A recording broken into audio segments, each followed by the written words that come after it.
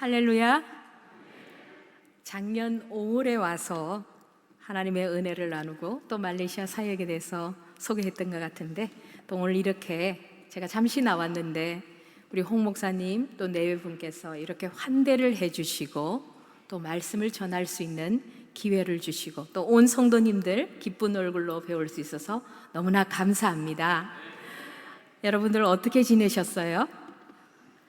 팬데믹 2년 동안 전 세계가 참 어려움 가운데 모든 일상의 삶들이 많은 변화가 있었습니다.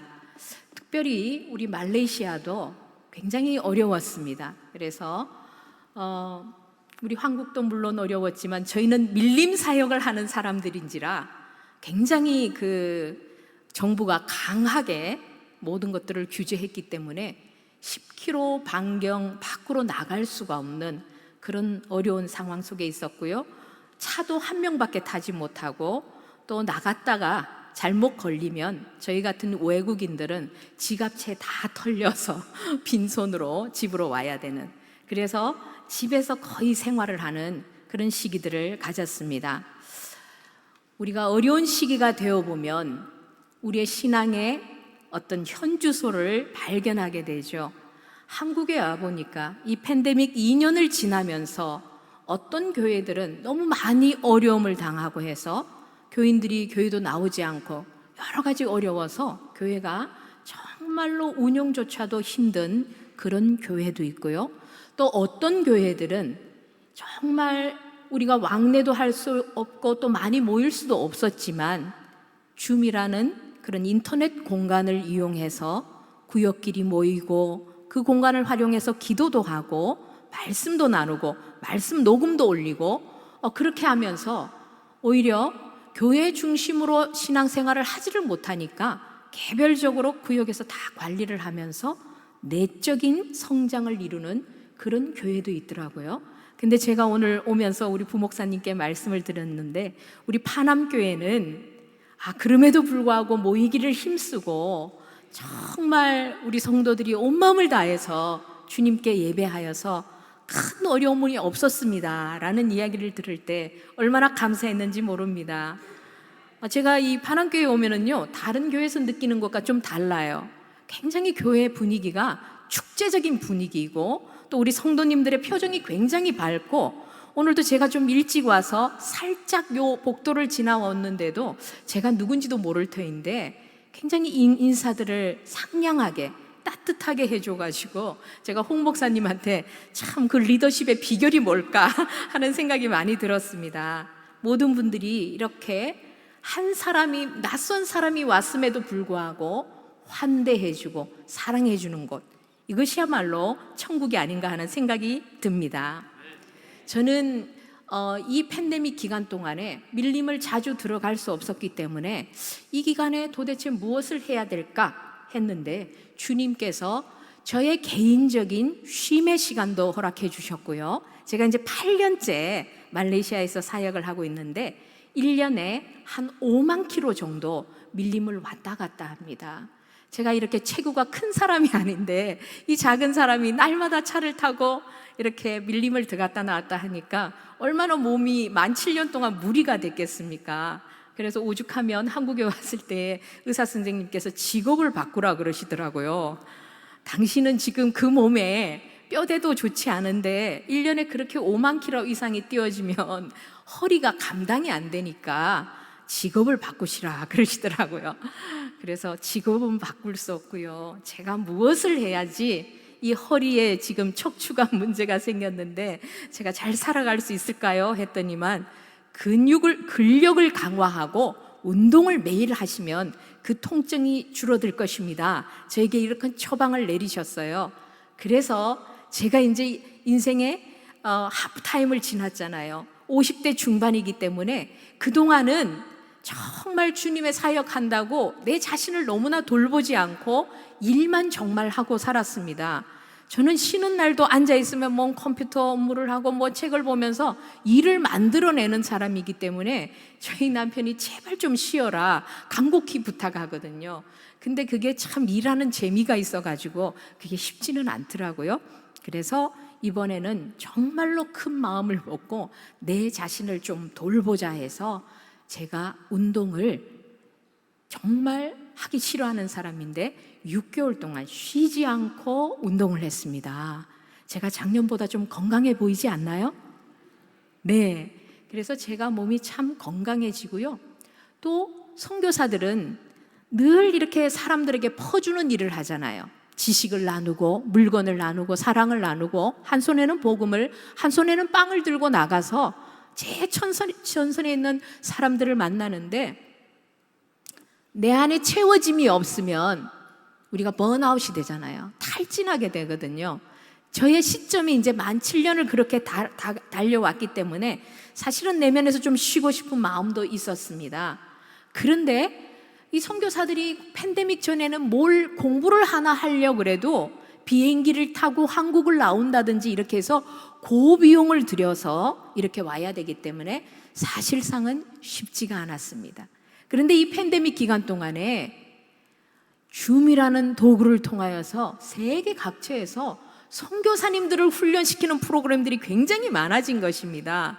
그래서 제가 11월 달부터 크리스찬 코칭이라는 것, 상담은 많이 들어보셨죠? 코칭이 대세다. 코칭을 통하여서 사람을 살리자 하면서 우리 선교사님들을 대상으로 무료 강좌가 열리게 된 것입니다.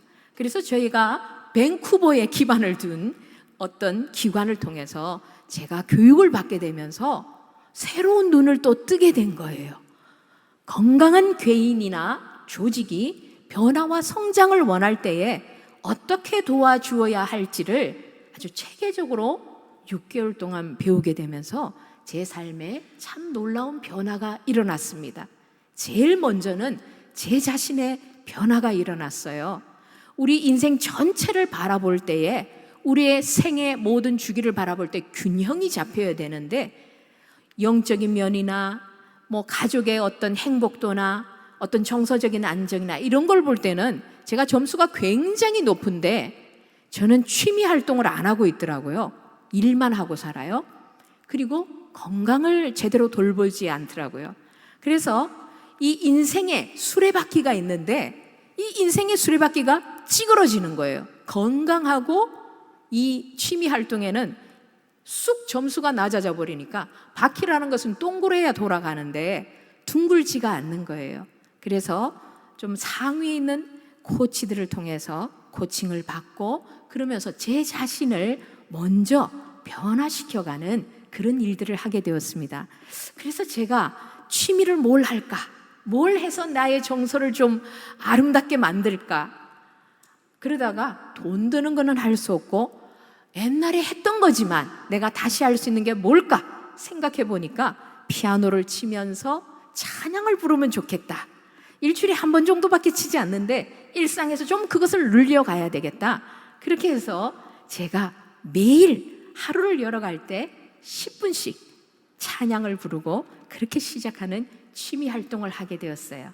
이제 이 취미 활동을 제가 좀 더 발전을 시켜가지고 좀 뭔가 남들에게 유익을 주는 그런 취미로 나아가야 되겠다 해서 제 하나의 목표를 설정했는데 한 1년 지나고 나서는 정말 말레이 사람들도 들었을 때에 좀 이렇게 친근감이 가고 은혜가 되는 찬양, 그리고 영어로 불렀을 때에도 되는 찬양, 이것을 몇 곡을 뽑아서 성탄절 때에 내가 교회를 갔을 때에 특송을 해야 되겠다 하는 생각을 가지고 지금 부지런히 연습을 하고 있습니다. 그리고 건강은요, 제가 정말 돌보지 않았습니다. 그런데 이제 작년 재작년부터 허리에 통증부터 시작해서 어지럼증도 오고, 사실은 제가 이번에 뇌 MRI를 찍기 위해서 왔습니다. 이상 소견이 나와서 작년에 찍었을 때 더 정밀 진단을 받으라는 소견이 나왔거든요. 그래서 정말 뭐 치료를 받으라 그러면 참 부담스러운 일이잖아요. 정말로 열심히 운동을 했어요. 그런데 지난주에 세브란스 결과가 딱 나왔는데 뇌에 이상이 없는 걸로 나왔습니다. 할렐루야. 그래서 제가요, 운동을 반드시 해야 된다. 여러분들 혹시 운동 안 하고 계신 분이 계시면요, 하나님의 성전된 육체를 이제부터 잘 갖고 가야만 우리 자녀들에게도 부담이 되지 않고 또 남은 삶 가운데도 주님의 영광을 위해서 이제는 100세 시대가 되었기 때문에 80세의 인생을 나의 최고의 인생으로 만들겠다는 목표를 가지고 지금부터 부단히 준비해 나가시면 하나님께서 그 7, 80대가 되었을 때에 인생의 모든 노하우들이 축적되었을 때에 하나님께서 더 아름답게 사용해 나가실 줄 믿습니다. PPT 하나 좀 띄워주시죠. 제가 그렇게 해서 운동을 하기 시작했는데요. 그게 제일 먼저 나오면 안 돼. 예, 네. 제가 늘 가서 운동하는 장소입니다. 그런데 12월에서 2월까지 저희가 우기예요. 그래서 올해에는 더 많은 비가 오고 강풍이 불었습니다. 그래서 제가 가는 이 공원, 유일한 우리 도시에 있는 공원이 초토화가 되어버린 거예요. 나무들이 10m, 20m, 30m 얼마나 크게 자란 나무들인데 밤새 비바람에 저렇게 완전히 뒤집어져서 공원 전체가 갔을 때에 한 100그루도 넘는 나무들이 다 쓰러져 있어서 공원을 봉쇄하였습니다. 그러면서 그 현장을 가보면서 제가 느낀 게 있어요. 이렇게 10m, 20m, 30m 우리나라에서는 찾아보기 힘든 이렇게 큰 나무들인데 어떻게 이렇게 한밤에 이렇게 쓰러질 수 있는 거야. 그러면서 제가 사진을 찍은 거예요. 가보니 뿌리가 너무나 짧아요. 겉으로는 굉장히 웅장하고 큰데 뿌리가 너무나 짧은 거예요. 그런 것을 보면서 우리의 인생 신앙에도 마찬가지겠구나.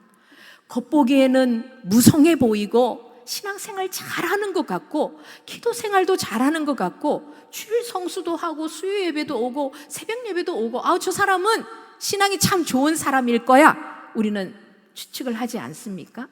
그런데 인생의 환난 때가 되어 보면 그 믿음이 다 드러나는 것을 우리가 알게 되지 않습니까? 이 나무도 엄청 큰 나무예요. 엄청난 포크레인과 전기톱들이 와가지고 정말 수십 동강을 내어서 저 나무를 치웠거든요. 그런데 뿌리가 얕으니까 저렇게 넘어져 버리더라고요. 우리는 우리의 신앙의 뿌리를 어디에 내리고 있습니까? 신앙의 기본은 말씀과 기도의 삶입니다.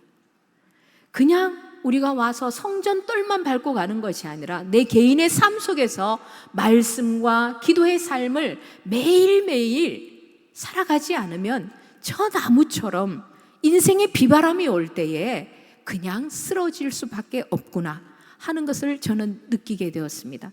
그래서 정말 말씀의 본질로 돌아가야 된다 하는 생각이 들었어요. 그래서 제가 다니는 이 공원에서 운동을 할 수 없게 됐습니다. 그러면 내가 돈을 들이고 운동할 수는 없고 어디를 가서 운동을 해야 될까? 다음 장면 넘겨주십시오. 찾다가 저희 집에서 10분 거리에 바다가 있어요. 밤바다는 가끔 일을 끝나고 가봤지만 새벽바다는 가지 않았습니다.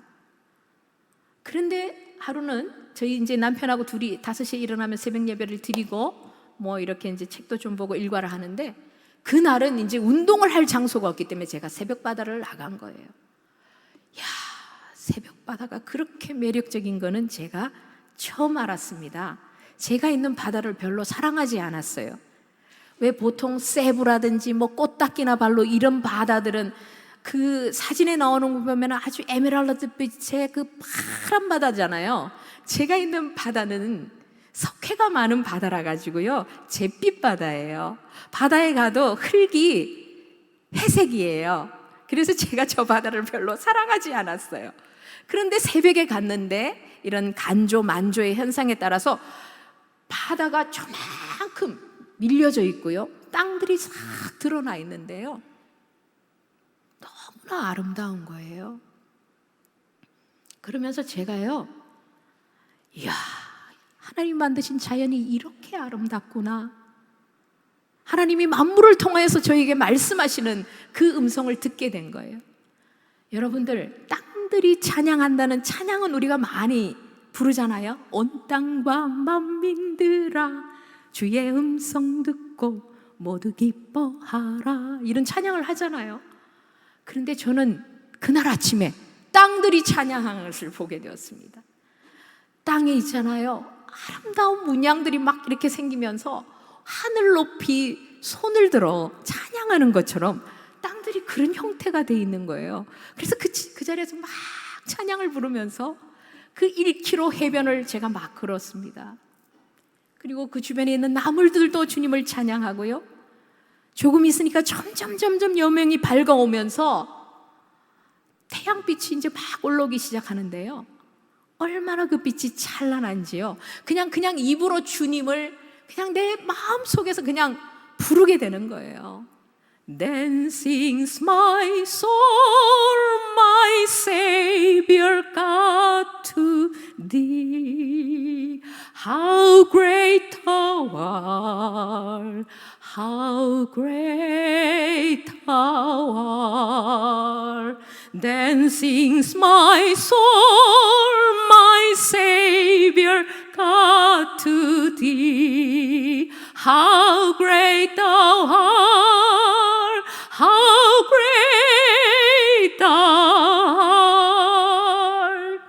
주님의 높고 위대하심을 찬양하지 않을 수가 없는 거예요. 그래서 그 바다에 제가 막 찬양을 하면서 막 뛰어다녔어요. 그러고 나서부터 그 아침 바다의 매력에 빠져가지고요, 제가 눈만 뜨면 이제 예배 드리고 바로 바다를 나가는 거예요. 저는 즐거움이 없으면 좀 오래 지속을 못합니다. 그런데 이 바다가 주는 기쁨 때문에 매일매일 그 떠오르는 태양을 바라보면서 하나님께서 오늘도 나를 위해서 이 아름다운 태양을 주셨구나, 저 어둠을 밝히는 저 태양처럼 나도 많은 사람들에게 사랑과 희망과 환희를 주고 소망을 주는 나의 삶이 되어야 되겠다 결단하면서 매일매일 그 해변을 운동하고 있습니다. 그런데 어느 날 우리 해변은 굉장히 더러워요. 사람들이 놀러와서 마구마구 쓰레기를 버립니다. 그 쓰레기가 너무 많다 보니까 그걸 제가 주울 이유는 없지 않습니까? 그런데 그날 아침은 막 파도도 치고요, 바람이 너무 많이 부는 거예요. 그런데 그것이 물에 쓸려서 막 가는 거예요. 저거 바다로 가면 안 되는데. 그래서 제가 맨손으로 줍기를 시작했어요. 다른 도구를 안 가지고 갔기 때문에 제 손으로 주울 수 있는 것만 주웠습니다. 아까 저 PPT에 나왔죠? 그 첫날 제가 주운 거예요. 아무런 장비 없이 가서 줍고, 그 다음날도 쓰레기가 얼마나 많은지 제가 3일째 되는 날부터 결단했습니다. 와, 우리 주님이 만드신 이 바다를, 작은 아이지만, 한 사람이지만 하나님의 그 제일 첫 번째 명령, 생육하고 번성하라, 땅을 정복하라, 다스리라, 주님께서 가장 첫 번째 주신 명령이 뭐냐면 문화 명령이에요. 주님의 창조 질서를 보존하고 잘 관리하라는 명령이죠. 또 가장 중요한 명령은 뭐예요? 전도 명령. 가서 모든 족속으로 제자를 삼아 아버지, 아들과 성령의 이름을 세례를 주고 가르쳐 지키게 하라는 말씀이잖아요. 그래서 첫 번째 명령인 이 문화 명령을 지켜야 되겠다는 생각이 불일 듯 올라왔어요.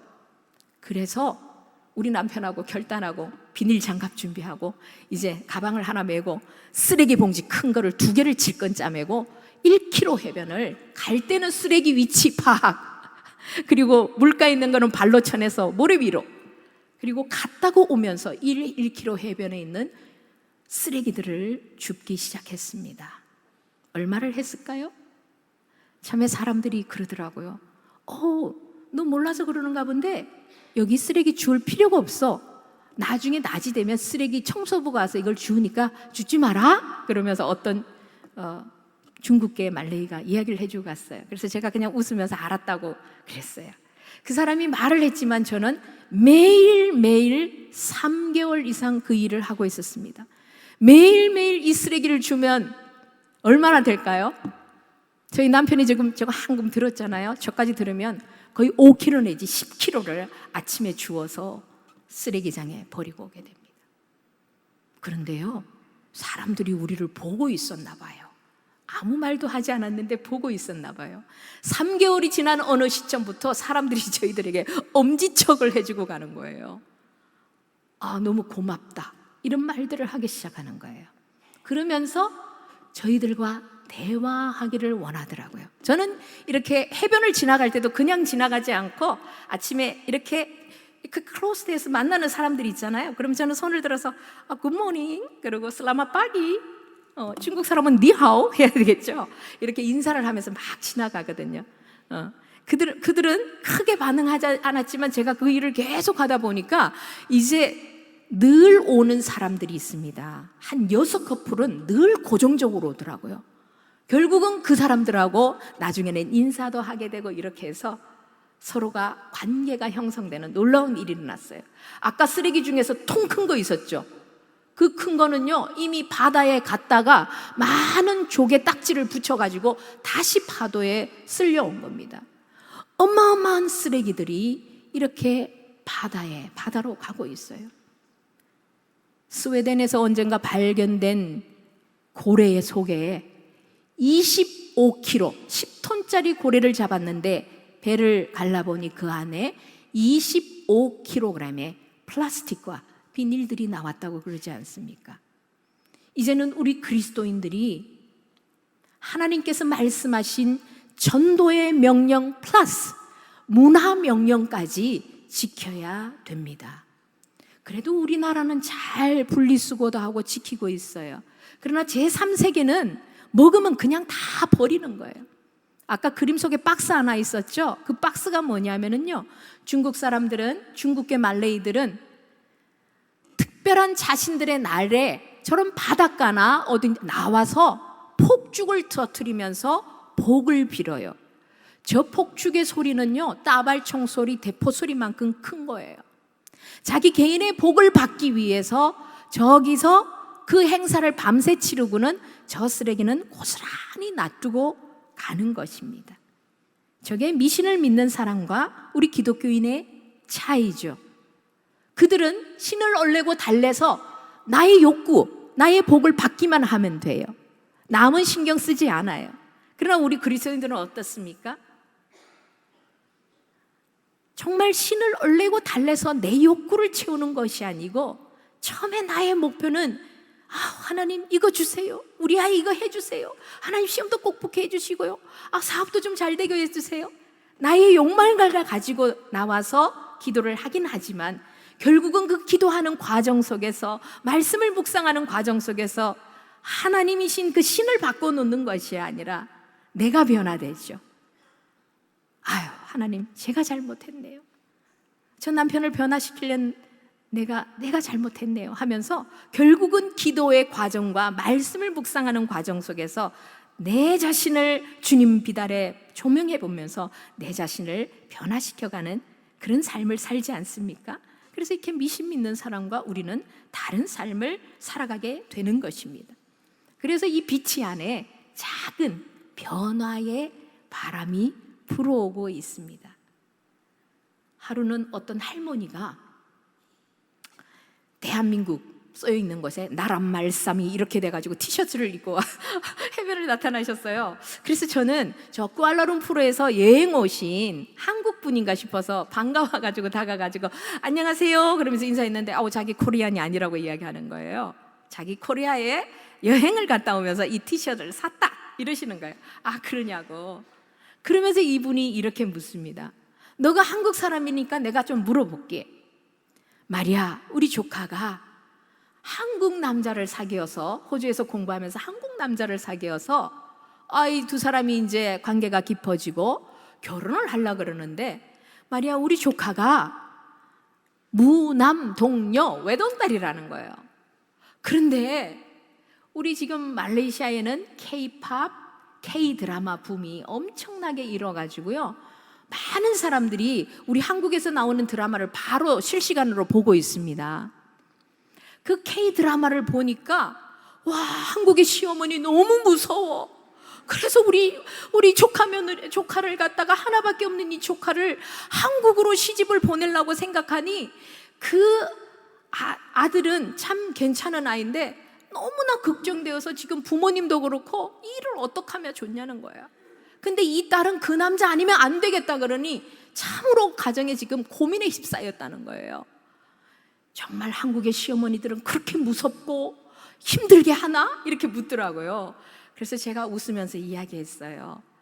여러분, 드라마는 드라마예요. 극적인 효과를 내서 뭔가 사람으로 하여금 보게 하려고 그러는 것이라서 한국의 시어머니 그렇지 않습니다. 혹시 여기 작가나 방송 관계에 있는 분들 계시면 꼭 제발 건의 좀 해주세요. 우리 한국의 시어머니들이 아주 나쁜 엄마로 사람들이 알고 있습니다. 그러면서 제가 이런 이야기를 했어요. 저는 한국에 있는 동안 18년 동안 저희 시어머니하고 한 집에서 같이 살았어요. 저희 시어머니는 천사세요.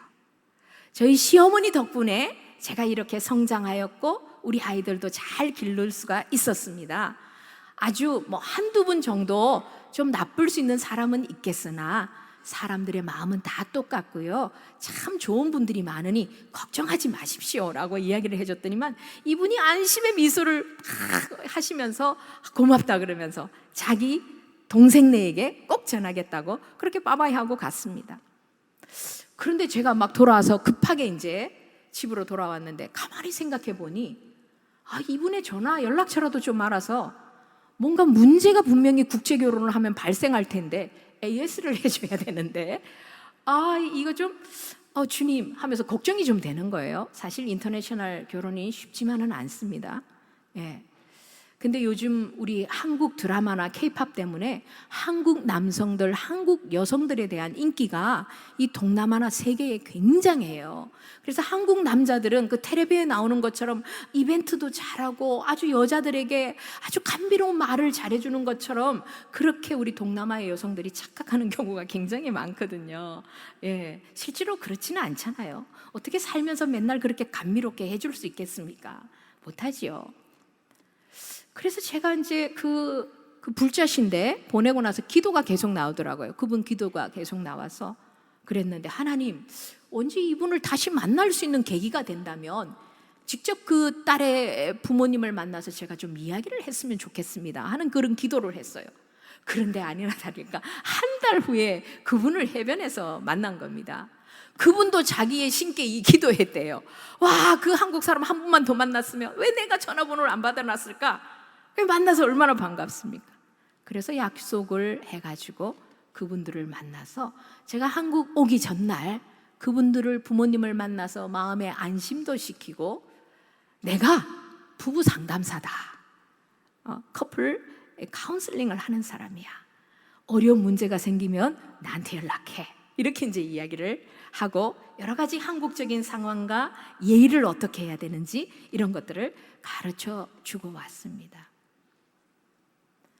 선교가 뭔 거창한 것 같죠? 선교는 거창하지 않아요. 오늘 제가 하는 이야기가 선교사님 와서 희한한 얘기 하시네. 제 사는 이야기예요. 선교사는 그 선교지에서 매일매일 주님과 동행하면서 그 선자리에서 어떤 사람을 만나든지 간에 어떤 종족이든지 어떤 말을 쓰든지 어떤 종교의 백그라운드가 있든지 그들과 만나서 열린 대화를 할 수 있는 거, 이게 선교적인 삶이 아니겠습니까? 우리가 때를 얻든지 못 얻든지 복음을 전해야 되고 정말 그들에게 다가가야 되지만 사실은 복음이라는 것이 내가 지금 예수 믿으세요 한다고 그렇게 단번에 이루어지는 것이 아니지 않습니까? 오늘의 말씀처럼 율법을 알고 율법을 지키는 사람에게는 율법 지키는 사람처럼, 율법을 따르지 않는 사람은 율법을 따르지 않는 사람처럼, 약한 사람에게는 약한 것처럼 이렇게 다가갈 때에 접촉점이 마련되어지고 그 접촉점을 통하여서 계속해서 친밀 관계를 형성하고 그들의 필요를 채워줄 때에 상대방에 대해서 외국인이지만 신뢰를 하게 되겠죠. 제가 이렇게 매일 쓰레기를 줍다 보니까 그 인도계든 중국계든 말레이계든 무엇인지 모르겠지만 그분들이 저를 굉장히 신뢰해요. 그리고 저에게 다가와서 이렇게 묻습니다. 당신은 어떻게 그렇게 밝은 미소를 가지고 매일 이렇게 와서 이렇게 운동을 하냐고. 나는 당신의 그 미소를 닦고 싶다고 그렇게 이야기합니다. 그러면 제가 예수 믿으라 이렇게 당장 이야기하지 않아요. 왜냐하면 그분들은 힌두교, 불교, 이슬람의 백그라운드를 가지고 있기 때문에 고맙다. 그리고 이제 일단 보내요. 또 만날 기회를 생각하면서. 그랬더니만 이 친구들이 이제 저를 만나기를 원해. 밥을 사주겠다는 거예요. 저랑 만나고 싶대요. 그래서 나 지금 코리아 갔다 올게. 자, 만남을 갔다 오거든 가집시다. 이렇게 이야기했어요. 힌두교인 사람도 자기 집에 나를 초대하고 싶대요. 불자인 사람도 저를 초대하고 싶대요. 나는 너를 봤어. 저 바다에서 너 막 노래를 하더라. 야, 우리 집에 카라오케 기계가 있는데 너 우리 집에 와서 저녁 먹고 노래 좀 같이 하자 이러더라고요. 그래서 제가 속으로는 아이고 주여 이런 마음이 들었지만 그래 그러자 막 이러면서 이야기를 하고 왔거든요. 예. 그렇게 하면서 그들에게 대한민국이 어떤 나라인지 알리기도 하고요. 코리아 사람들 너무 좋다. 야, 너무 좋아. 이런 이야기들을 지금 해변에서 행하고 있습니다. 그 다음 장면 좀 넘겨주실까요? 오기 전에 한 행사입니다. 7월 6일 날 저기 있는 센터가 감방선교센터고요. 그 옆에 이렇게 약간 귀화 모양으로 되어 있는 게 학생들을 이제 숙박을 제공할 수 있는 생활관입니다. 저것이 멋있게 지어진 선교관 건물은 2018년에 짓기를 시작했습니다. 우리 팀 사역을 하는데 선임 선교사님의 프로젝트였어요. 2018년에 시작한 것을 2022년 7월 6일 날 헌당 예배를 드렸습니다. 몇 년 흘려갔죠? 4년의 시간이 걸렸어요. 2018년 공사를 시작하고 정권이 또 바뀌어가지고 무슨 법이 바뀌어서 또 공사를 중단하고 하다 말다를 반복하면서 4년이 걸쳐졌습니다. 그리고 마지막 한 달 공사를 딱 앞두고 이제는 끝나겠구나 했는데 팬데믹이 딱 터져서 공사를 전혀 할 수가 없었습니다. 그리고 2021년 12월에 저 건물이 완공되었지만 그 울산 노회라는 곳에서 저것을 지어줬는데요, 헌당식을 하러 올 수가 없었어요. 말레이시아가 강력하게 다 막고 있었기 때문에. 그래서 7월 6일 날 와서 정말 은혜로운 헌당 예배를 드렸어요. 이 건물은 2014년부터 시작해서 이제 밀림에 사는 원주민들을 대상으로 해서 신학 교육을 시키고 미래의 인재를 양성할 수 있는 그런 센터로 이제 쓰여지게 됩니다. 그리고 그 기와로 되어 있는 저 프로젝트는 저희 프로젝트였는데요, 아주 저것도 짓는데 굉장히 힘이 들었습니다. 사실은 이제 팬데믹이 나고 저곳에 사람도 접근할 수도 없고 저희 집에서 한 20km 떨어진 데라 가지고 못 갔어요. 나중에 잠시 풀려서 갔더니만 저 건물에 온갖 수풀이 밀림이 형성되어 있고 박쥐가 들어가서 온 천지 막 완전히 다 난장판을 만들어 놓고 우리 구 건물에 모든 전자제품과 모든 세프들이 위치 이동을 했더라고요. 울타리는 다 망가져 있고 냉장고, 세탁기, 냉동고, 불 깎는 기계, 모든 칼 다 사라지고 없는 거예요. 그 주변에 살던 일하던 파키스탄, 방글라데시 노동자들이 다 갖고 가버린 겁니다. 선교지에는 참 아주 스펙타클한 일들이 이렇게 많이 일어나요. 그런 어려운 과정을 거쳐서 이 모든 것들이 이제 완공이 되어서 얼마나 감사한지 우리 로컬에 있는 영어 예배 지도자들과 또 우리 오랑 원주민 목사님들이 와서 함께 감격의 예배를 드리고, 저기 건물만 덩그랗지 주변으로 다 측박해요. 땅이 굉장히 안 좋아요, 저 땅이. 그래서 우리 중국계 크리스찬들한테 홍보를 했어요. 여기 식물도 필요하고 꽃도 필요하고 사서 심으려면 땅이 넓어서 굉장히 힘들어요. 그랬더니 많은 도네이션들을, 후원들을 해줘가지고 자기 집에 가지를 하나씩 떠가지고 주면은 저희 남편하고 가가지고 그거를 심고 해가지고 첫 꽃이 폈습니다. 얼마나 아름답습니까? 그래서 저희들은 기도합니다. 이제 계속해서 우리 복음주의 교단하고 함께 협력해서 일을 하는데요, 저곳에 신학교가 잘 이전해 와서 정말 인재들을 양성해서 우리 이제 서말레이시아에는 목회자가 너무나 부족해요. 그래서 목회자 한 사람이 3-4개 교회를 목양하고 있거든요. 그래서 목회자를 많이 길러내서 정말 밀림의 교회들이 살아나는 역사를 꿈꾸며 기도하고 있습니다. 다음 그림 넘겨주세요. 이거는 깜뿡 와와라는 지역인데요, 와와 교회입니다. 이거는 18년 전에 우리 한국인 선배 선교사님이 오셔서 건물을 지었는데 이제 너무 노화되어서 비도 다 새고 정말 어려워요, 교회가. 그래서 이번에 지난주부터 리모델링 공사를 하게 되었습니다. 거기에 1월 1일부로 저희 남편하고 같이 사진 찍고 있는 저분이 파딜 목사님인데, 저희가 4년 동안 저 친구의 생활비를 지원해줘서 이제 등록금은 로컬에 있는 중국계 부자들 교회에서 이렇게 지원을 해주고 해서 저 친구가 우리 목사 이제 안수를 받게 된 거죠. 우리나라로 말하면 사실은 전도사님이에요. 그런데 워낙 목회자가 없다 보니까 그냥 신학교 무조건 졸업하면은 목사가 되는 거예요. 그래서 1월 1일부로 저희 관할령으로 목사가 되어서 오게 된 겁니다. 얼마나 귀한 일입니까? 저희가 8년 전에만 갔을 때만 하더라도 그냥 청년이었거든요. 청년이었는데 너무나 신실하게 신앙생활을 하고 있어서 또 이렇게 신학을 하기를 권면했고, 이렇게 신학 공부를 해서 성장해서 이제 교회를 섬기는 목회자가 되어서 와서 얼마나 감사한지 모릅니다. 지금 이 리모델링 건축 공사가 시작되는데 지금 어려움이 또 왔어요. 지금 이제 사실은 말레이시아는 동남아 안에서 선진국이거든요.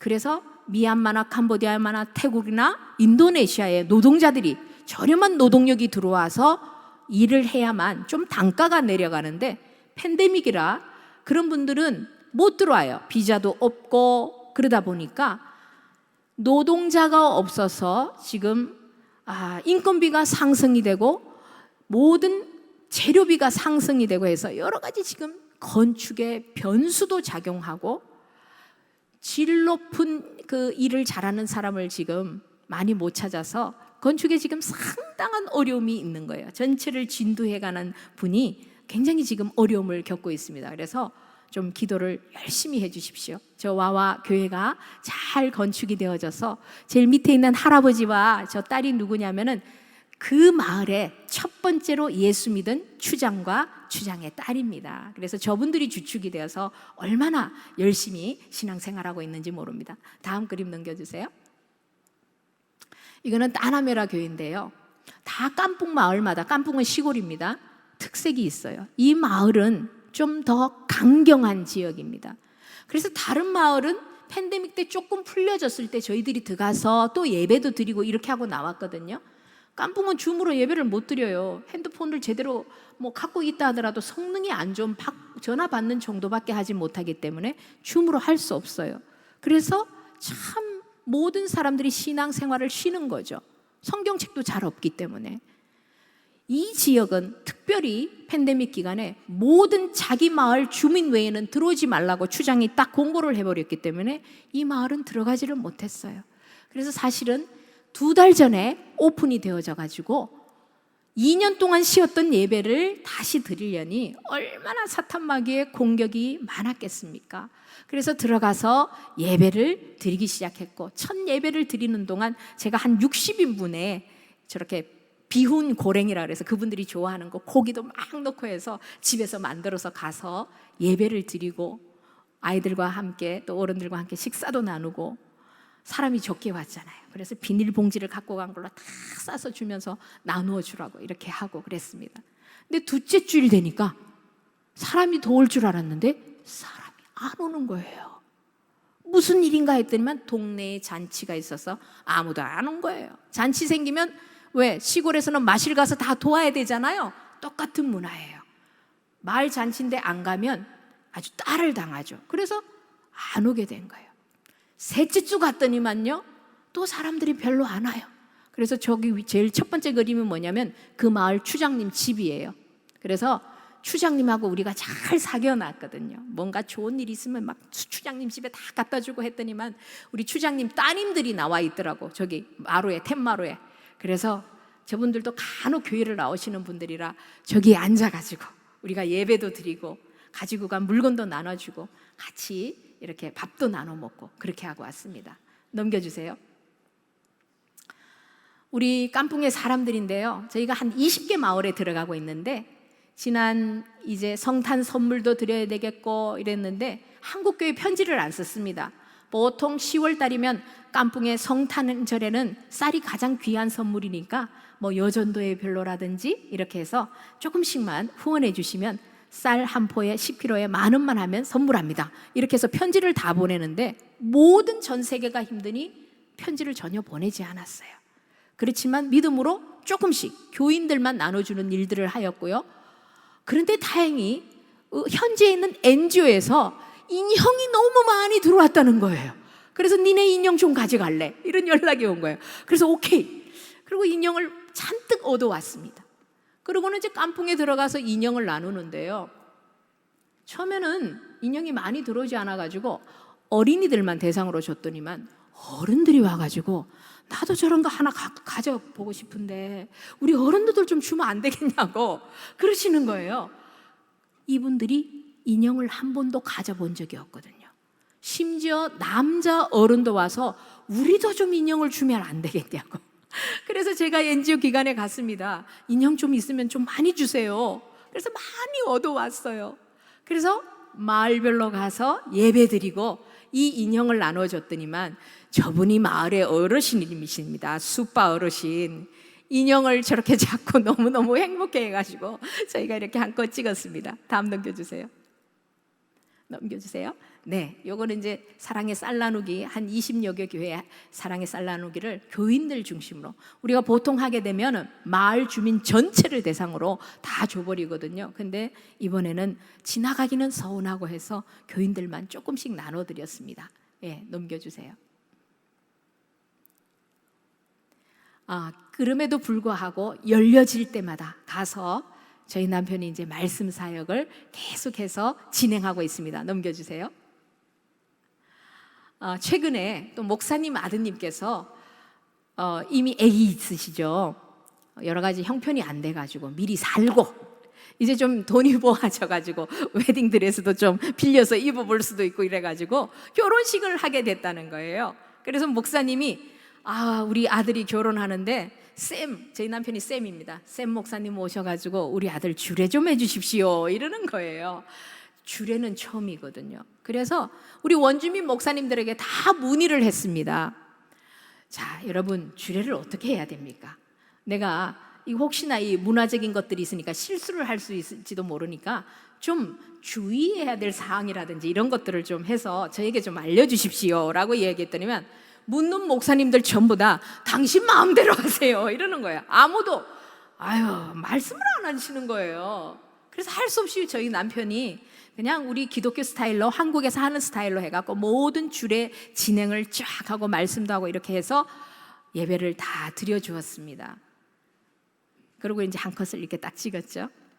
끝나고 와서 이제 집으로 올라 그러는데 우리 그 원주민 목사님이 달려오셨어요. 목사님, 그 오늘 주례하고 다 했던 거 그 원고를 저를 좀 주시면 안 될까요? 이러더라고요. 왜 그러냐 그랬더니 우리는 이렇게 한 적이 없어가지고 내가 이걸 좀 배웠으면 좋겠다고 그러시는 거예요. 그래서 아낌없이 다 드렸죠. 그러면서 저희가 깨달은 게 뭐냐면은 우리 원주민 목사님들은 배움이 너무너무 짧기 때문에 설교 말씀을 들어도요 가면은 맨날 간증이에요. 스토리만 이야기하는 거예요. 말씀의 내용이 없어요. 그래서 저희 남편이 좀 말은 유창하지는 않지만 글을 잘 쓰거든요. 그래서 저희 남편이 하나의 또 목표가 딱 생기는 거예요. 내년 이맘때가 되면 내가 소책자를 발간해서 이분들이 예식을 잘 할 수 있도록 성찬 예식도 하는 거 보면은 이게 이제 질서가 없는 거예요. 제대로 못 배웠기 때문에. 그래서 성찬 예식을 어떻게 해야 될지, 신방 가서 어떻게 설교를 해야 될지, 이런 결혼 예식을 어떻게 해야 될지, 장례가 났을 때 어떻게 말씀을 전해야 될지 이런 거를 소책자로 발간을 해야 되겠구나. 그리고 절기별 설교도 좀 준비를 해서 목사님들이 문서화돼서 보게 되면은 예화들은 그분들이 더 잘 맞는 것을 넣을 수가 있으니까 이런 거를 해야 되겠구나 하는 새로운 비전이 생겼습니다. 그렇게 해서 문서 선교를 좀 해나가겠다 하는 생각이 들게 되었습니다. 자, 제가 오늘 막 두서없이 많은 이야기를 했는데요. 저희는 요즘 이제 팬데믹 상황이기 때문에 사실은 이제 밥은 저희가 가서 현지에서 먹지 않습니다. 먹지 않고요. 요즘 이제 좀 많이 완화돼서 먹는데 그동안은 도시락을 2개씩 제가 늘 싸서 다니면서 딱 예배가 끝나고 나면 그냥 차 안에서 밥을 먹고 이렇게 다니면서 저희가 일명 소풍 선교를 한다. 저는 이렇게 이야기해요. 그래서 매일매일 도시락을 싸고 다니면서 남편과 함께 이렇게 일을 하고 있습니다. 저희가 이렇게 사역을 하게 된 것도 다 하나님의 은혜이고, 이렇게 후원하는 많은 교회들 속에서 저희들을 위해서 날마다 기도해주고 또 늘 후원해주기 때문에 저희들이 이렇게 마음껏 사역을 할 수 있는 것입니다. 여러분들, 말레이시아는 저희를 하나님 보내셨기 때문에 저희가 가서 열심히 하면 되는 겁니다. 여러분들은 어디서 선교를 해야 돼요? 이 파남 지역에 있는 여러분들의 삶의 자리에서 선교를 열심히 해 나가야 되겠죠. 여러분들, 어떤 방법으로 선교를 해 나가야 되겠습니까? 이제는 좀 선교의 전략과 전술이 좀 바뀌어야 되지 않겠습니까? 일방적으로 선포하고 복음을 전하는 거에서 이제는 좀 그분들의 말을 많이 경청해주고 들어주면서 그분들의 눈높이에 낮아져서 좀 긴 시간을 보면서 계속해서 관계를 가져가면서 그분들이 나를 신뢰할 때까지 기다려주는 가운데 천천히 복음을 좀 전해야 되는 시기가 다가온 것 같아요. 방법적인 면에서 끊임없이 우리가 기도하지만 계속해서 그분들의 이야기를 많이 들어주고, 결정적으로 그분들이 힘들어할 때에 내가 한번 기도해 드릴까요, 형제님? 이렇게 하면서 하나님의 이름을 불러드리고, 특별한 초청 줄 때에 누구 엄마 참 우리 교회에서 이런 걸 했는데 한번 우리 교회 와봐요. 우리 교회 너무 따뜻한 교회예요. 이렇게 할 때에 내가 1년 동안, 2년 동안, 3년 동안 수고의 땀을 흘려서 주님 안에서 기도하면서 그 영혼을 위해서 수고했기 때문에 하나님께서 그들에게 반드시 복음의 열매를 허락해 주실 줄 믿습니다. 한 사람이라도, 정말 한 1년에 한 사람에게라도 구원하겠다는 그 목표를 가지면서 우리 함께, 여러분들은 한국에서, 저는 말레이시아에서 이렇게 한 걸음 한 걸음 나아갈 때에 우리 안에 하나님의 나라가 임할 줄 믿습니다. 아멘. 함께 기도하겠습니다.